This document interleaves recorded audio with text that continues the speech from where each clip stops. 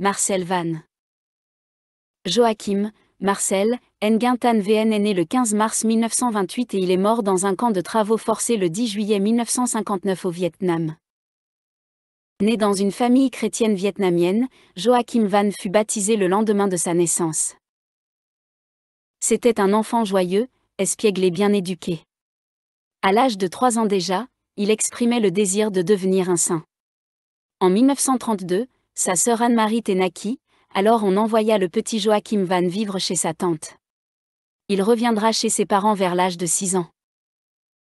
Parce qu'il souhaitait faire sa première communion, le curé l'envoya au catéchisme, il fit sa première communion 6 mois plus tard malgré son jeune âge. Le jour de sa communion, il demanda de grâce à Jésus, garder son cœur pur afin de l'aimer de tout son cœur, accorder à tous les hommes une foi solide et parfaite. Peu après, Van commença l'école, mais il dut arrêter après 2 mois, à cause d'un épuisement dû à la grande sévérité de l'instituteur. Sa mère conduisit Van chez l'abbé Joseph Na, à la cure de Hubang, pour qu'il puisse se préparer à devenir prêtre.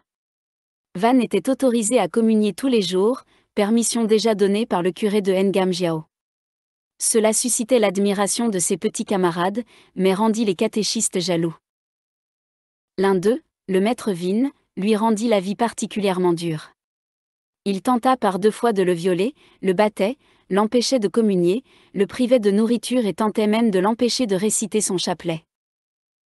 Courageusement Van résistait, en s'appuyant sur une inébranlable confiance en la Vierge Marie. Grâce à elle, écrit-il, le démon n'a jamais réussi à me vaincre. Finalement, Vin fut chassé de la cure avec quelques autres catéchistes, ce qui laissa un court répit à Van. Il vit que sa mission était de transformer sa souffrance en joie. En 1938, des inondations provoquèrent une famine dans la région. Van fut contraint d'effectuer de durs travaux à la cure. De plus, sa famille tomba dans la misère à cause des inondations et ne put plus supporter financièrement l'éducation de son fils. Elle confia alors l'entière responsabilité de l'enfant à l'abbé Na, qui se mit à l'exploiter comme son homme à tout faire. À 12 ans, après qu'il eut obtenu son certificat d'études primaires, l'abbé Na arrêta la formation de Van. Van finit par prendre la fuite. Il erra durant un certain temps, manqua même d'être vendu, et finit par aller retrouver sa famille. Sa mère le ramena à la cure de Hubang. Là, il s'associa avec d'autres jeunes pour former une sorte de ligue de résistance pour combattre les mauvaises mœurs de certains catéchistes. En décembre 1941, Van apprit qu'il était accepté au petit séminaire de Lansom, tenu par les dominicains. Quelques mois plus tard, le petit séminaire dut fermer car il avait été bombardé par les Japonais. Van eut la chance de pouvoir poursuivre ses études à la cure de la paroisse Sainte-Thérèse de l'Enfant Jésus de Cam Nguyen. C'est là qu'il découvrit durant l'été 1942, l'autobiographie de la carmélite de Lisieux, Histoire d'une âme, après avoir prié la Sainte Vierge, lui demandant de l'éclairer. En effet, Van ressentit en son cœur un désir ardent de devenir un saint mais connaissait sa faiblesse. La sainteté lui semblait impossible à réaliser. Le livre de Thérèse de Lisieux va être pour lui une révélation. Oui, la sainteté est possible même pour les petits.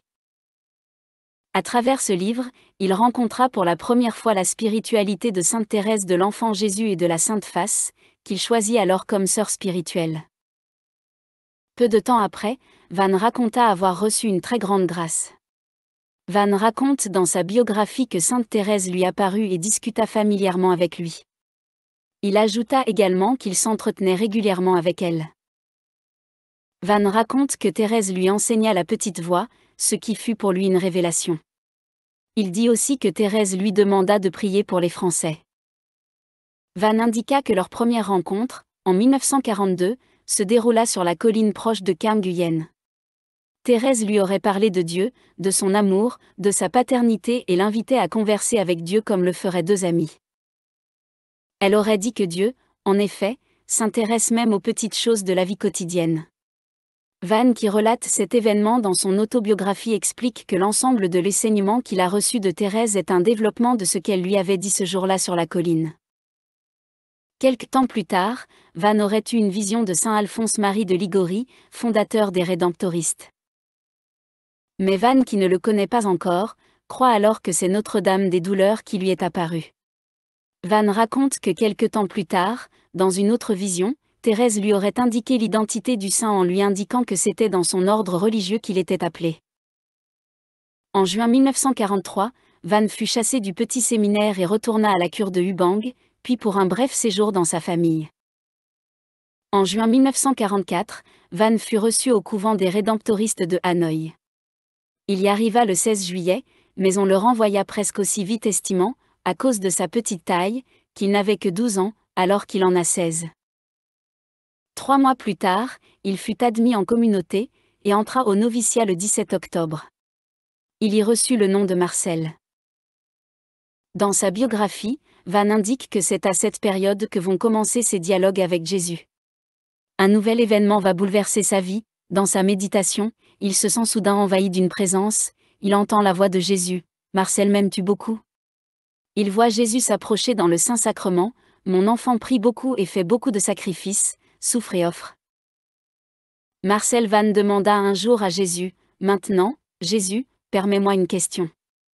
Pourquoi, dans l'Évangile, profères-tu des menaces si terribles contre ceux qui scandalisent les enfants ?» Jésus lui répond, « Petit frère, ne comprends-tu pas pourquoi il en est ainsi ? Je vais te l'expliquer. La seule différence qu'il y a entre l'âme des enfants et les anges du ciel, c'est que l'âme des enfants est unie à un corps et que, par conséquent, elle a des défauts naturels. Mais malgré cela, l'âme des enfants est pure comme les anges du ciel. C'est pourquoi quiconque scandalise l'un de ces petits fait lui-même signe au démon, l'invitant à venir plus tard avec le péché pour souiller l'âme de cet enfant. Celui qui agit ainsi enlève à la Trinité un temple magnifique, il enlève au sein une demeure où il pouvait louer la Trinité, il expose l'âme de cet enfant à perdre son innocence. C'est pour ces raisons que je profère de si graves menaces contre le scandaleux qui outrage la Sainte Trinité d'une manière on ne peut plus monstrueuse. Van, n'est-ce pas là une chose terrible ? 1000 fois malheur au monde. Combien d'âmes encore pures ont été corrompues à cause de lui ? Le monde est tellement aveuglé qu'il a détruit presque tous les temples magnifiques de la Trinité. Van, écoute, le monde est bien stupide. Le cœur des enfants est devenu comme un temple où habite ici-bas la bonté du Dieu Trinité et cette bonté a le pouvoir d'attirer sur le monde le regard bienveillant de la Trinité. Malgré cela, le monde travaille à détruire ces temples de la divine bonté et à les dissimuler au moyen du scandale. Ô monde, sans l'amour, tu serais déjà entièrement détruit et réduit en cendres. Ô monde, Dieu veut maintenant te transformer au moyen de l'amour, il faut que tu vives dans l'amour. Cependant, Van mon petit frère, pour en arriver là, il faudra beaucoup de prières. Car le monde s'oppose encore à l'amour. Marcel Van raconte aussi quel est le destin, après la mort, des enfants qui n'ont pas été baptisés. Car sans intelligence, ceux-ci ne peuvent recevoir un jugement divin. Jésus lui demande d'aimer la France en pleine guerre d'Indochine et pour lui ce n'était pas facile. Il lui donne des messages sur les prêtres de France et prophétise la levée de jeunes apôtres de sa lumière. Jésus lui révéla sa mission le 5 janvier 1946. « Mon enfant, souviens-toi toujours que je t'ai donné une mission particulière envers moi, tu dois beaucoup prier pour les apôtres de mon règne. La prière leur servira d'arme et de nourriture, et avant de les engager dans la bataille contre l'enfer, il faut que je leur prépare cette arme et cette nourriture dont ils se serviront plus tard. C'est à toi que je confie cette mission que tu devras remplir pendant que tu es encore sur cette terre.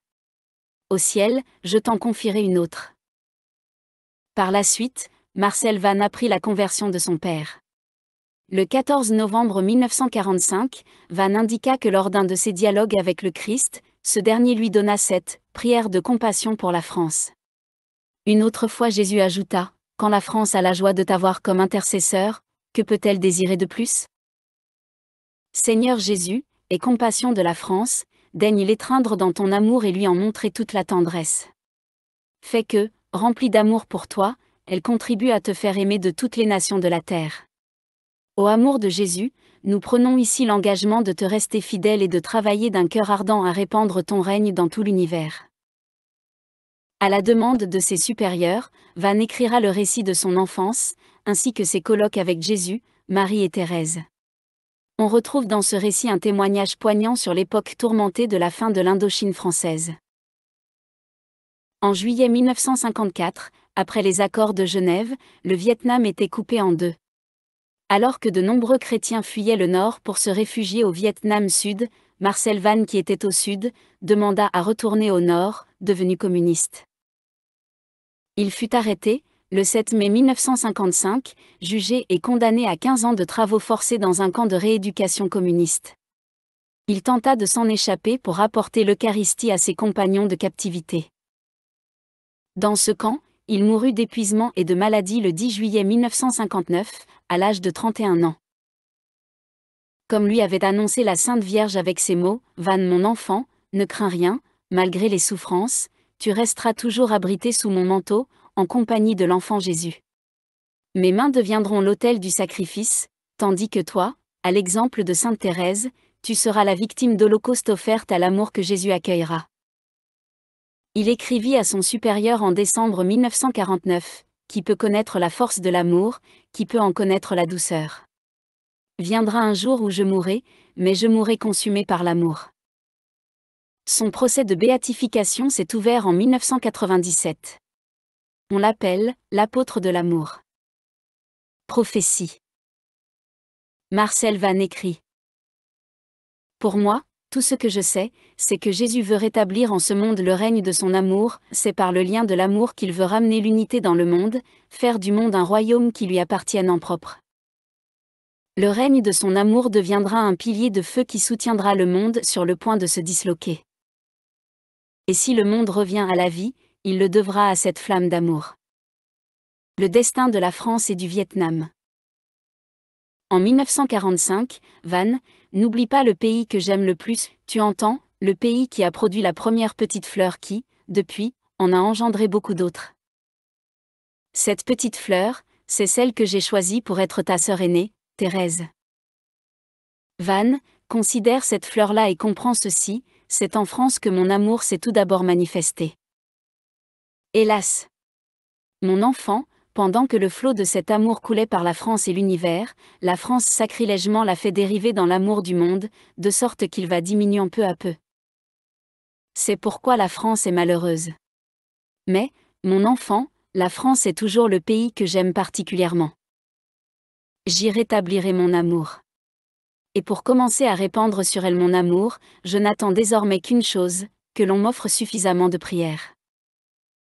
Alors, mon enfant, de la France, mon amour s'étendra dans le monde.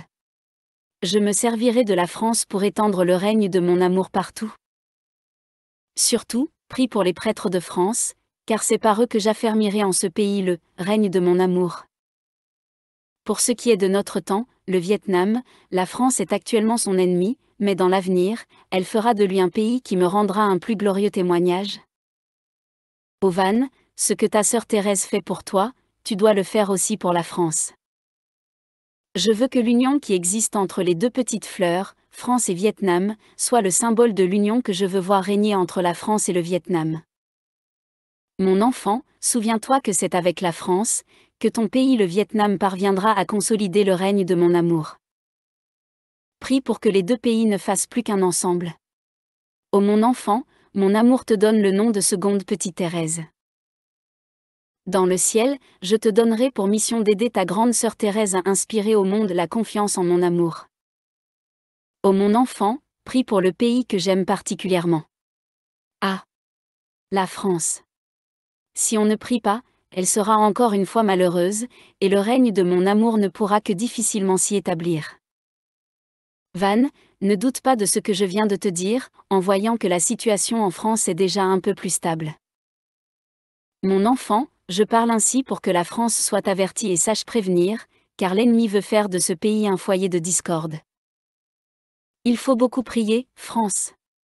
France. Promets-tu d'être fidèle? Es-tu décidé à protéger et étendre le règne de mon amour dans le monde? Je me servirai de la France pour étendre le règne de mon amour partout. Surtout, prie pour les prêtres de France, car c'est par eux que j'affirmerai en ce pays le règne de mon amour. Van, n'oublie pas le pays que j'aime le plus, tu entends? C'est en France que mon amour s'est tout d'abord manifesté. Au monde, Dieu veut maintenant te transformer au moyen de l'amour, il faut que tu vives dans l'amour. Cependant, pour en arriver là, il faudra beaucoup de prières, car le monde s'oppose encore à l'amour. Plus tard, tu verras, j'aurai toute une armée d'apôtres et tout ce que je leur enseignerai, ce sera de m'aimer comme tu m'aimes toi-même. Cependant il me faut quelqu'un qui me serve d'intermédiaire, tu seras cet intermédiaire, n'est-ce pas? Est-ce que tu acceptes ce rôle? Il te suffira d'écrire mes paroles. Il y aura ensuite d'autres apôtres qui se chargeront de les faire passer et mon amour se répandra. Dans le cas contraire, mon amour s'éteindra dans le monde.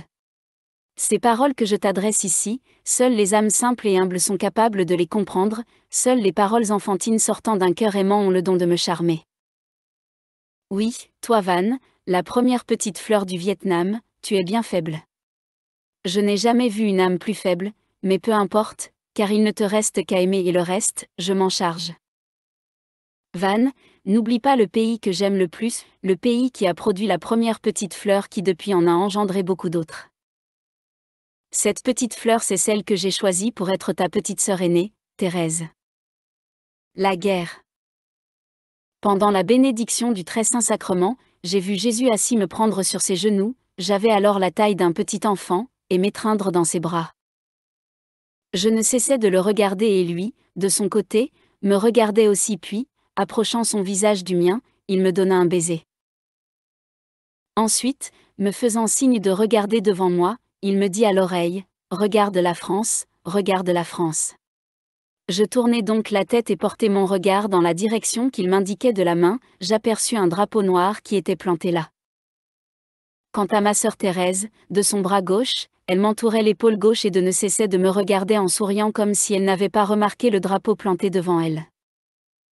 Un instant après, Jésus regarda ma sœur Thérèse et dit, « Pauvre France.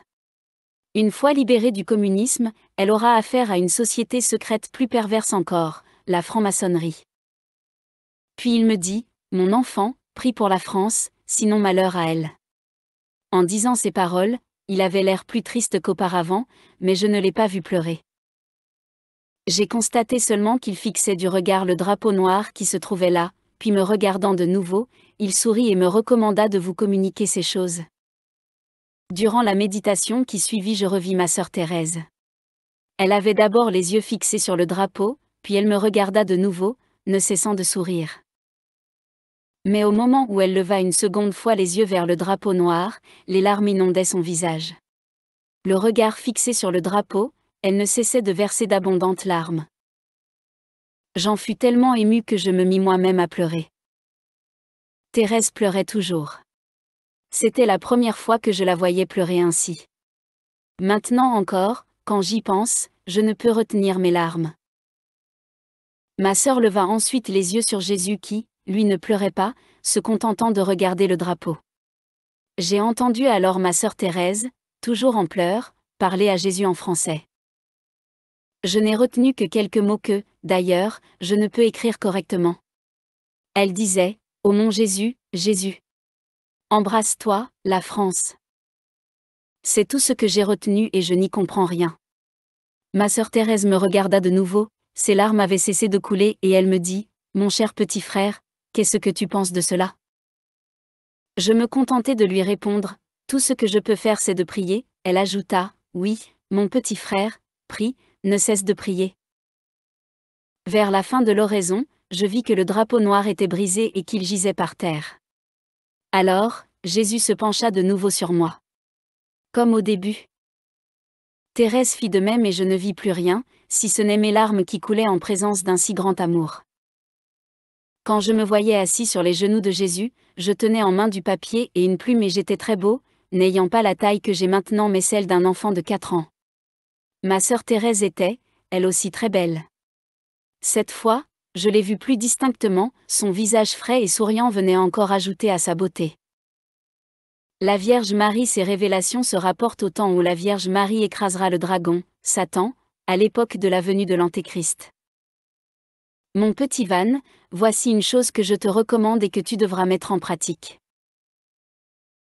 Je fais la même recommandation à ton père spirituel, demain, premier samedi du mois, jour qui m'est consacré, je ne te demande rien d'extraordinaire, mais seulement d'offrir tes œuvres à l'intention de mes petits apôtres, ceux-là qui doivent plus tard établir mon règne sur terre, afin que remplis de ferveur et de courage, ils puissent tenir tête au monde et à l'enfer. Mon règne arrivera après celui de l'amour de Jésus, et ce règne sera plus ou moins stable ici-bas, selon qu'il y aura plus ou moins de prières. Si l'on prie peu, il durera peu, mais plus on priera, plus aussi mon règne sera solide et de longue durée. Vu que mon règne viendra après le règne de l'amour de Jésus, il ne sera que le signe qui révélera clairement aux hommes le règne de l'amour de Jésus, et amènera le monde à reconnaître que je suis vraiment mère. Jésus dit à Vannes, il y aura aussi plus tard une armée de la Sainte Vierge. Souviens-toi de prier dès maintenant pour cette faible armée car à peine sera-t-elle lancée dans la bataille, tout l'enfer se lèvera en bloc contre elle de sorte qu'elle se verra comme dans l'impossibilité de lui tenir tête. Mais dans la suite, l'enfer subira une défaite retentissante et alors la Sainte Vierge sera glorifiée sur cette terre. Tu dois prier beaucoup pour que cette armée puisse lutter avec ardeur et courage jusqu'au bout. Cette armée n'existe pas encore actuellement, mais elle existera plus tard. Plus loin, Marie donne encore des précisions sur ses futurs apôtres. Vannes, écoute-moi. Comme Jésus te l'a dit auparavant, au début de la lutte, mes apôtres paraîtront très faibles, si faibles qu'on les croira incapables de tenir tête à l'enfer. Par là, mes apôtres apprendront à être plus humbles. Cependant, plus l'enfer aura été victorieux auparavant, plus il sera honteux ensuite, car ce ne sera pas moi en personne qui écrasera la tête de Satan, mais mes enfants. Voyant que j'utilise mes faibles enfants, comme autant de pieds pour lui écraser la tête, Satan sera honteux. Ensuite, mon règne s'établira peu à peu dans le monde, comme Jésus te l'a dit. Je serai beaucoup glorifié sur la terre, mais, petit enfant, il faut que tu pries beaucoup pour mes petits apôtres. Prie en parole, prie par tes soupirs, prie par tes désirs. Le 6 janvier 1946, Vannes fait allusion à la fin du monde dont bien des gens disent qu'elle est proche. La Sainte Vierge répond, pour ce qui est de la fin du monde, je n'en sais absolument rien. Laisse à la Sainte Trinité le soin de s'en occuper. Pour moi, tout ce que je sais, c'est que Jésus veut rétablir en ce monde le règne de son amour, c'est par le lien de l'amour qu'il veut ramener l'unité dans le monde, faire du monde un royaume qui lui appartienne en propre. Le règne de son amour deviendra un pilier de feu qui soutiendra le monde sur le point de se disloquer, et si le monde revient à la vie, il le devra à cette flamme d'amour. Prie mon enfant, prie beaucoup pour que le règne de l'amour de Jésus soit établi sur terre dans toute sa beauté, et qu'il en soit de même pour mon propre règne. Le monde entier me reconnaîtra pour sa véritable mère, et c'est alors qu'il comprendra clairement l'amour dont mon cœur déborde pour lui. Prie, le règne de l'amour arrivera bientôt dans le monde et mon règne à moi le suivra de près. Petit Vannes, sache que je choisis mes apôtres dans tous les pays et il y en a dans chaque pays. Ils se divisent en 2 groupes avec la même mission et le même but, l'expansion de mon règne dans l'univers. L'un de ces groupes se charge spécialement de prier, l'autre d'annoncer au monde la venue de mon règne. Je te communique ceci, les apôtres qui travaillent à l'expansion de mon règne, je les choisirai exclusivement dans le royaume de l'amour de Jésus, car en ces temps-là, le monde sera devenu le royaume particulier de Jésus. Mon petit Vannes, si je t'annonce ces choses, c'est dans l'unique but de t'exhorter à la prière. Dis bien à tout le monde que c'est sur le solide fondement de la prière que s'établira mon règne en ce monde. Et toi, donne-moi le nom de mère de tout l'univers. Jésus dit à Vannes, j'ai déjà promis aux enfants le royaume des cieux, et ils n'ont rien d'autre à faire que de l'accueillir. Malheureusement Vannes, il semble que maintenant, les enfants, par leur manière d'agir, veulent souvent rivaliser avec les adultes. Et le plus terrible c'est que d'ordinaire, le monde leur fait connaître le péché plutôt que moi. Il faut arracher les enfants aux ténèbres du monde. Oh! Malheur au monde s'il n'avait pas les enfants pour offrir un lieu de refuge à la bonté de Dieu, il serait alors anéanti par la justice divine. Jésus lui révèle alors la levée d'une multitude de jeunes apôtres de l'amour, mais en ajoutant, ce n'est pas pour tout de suite.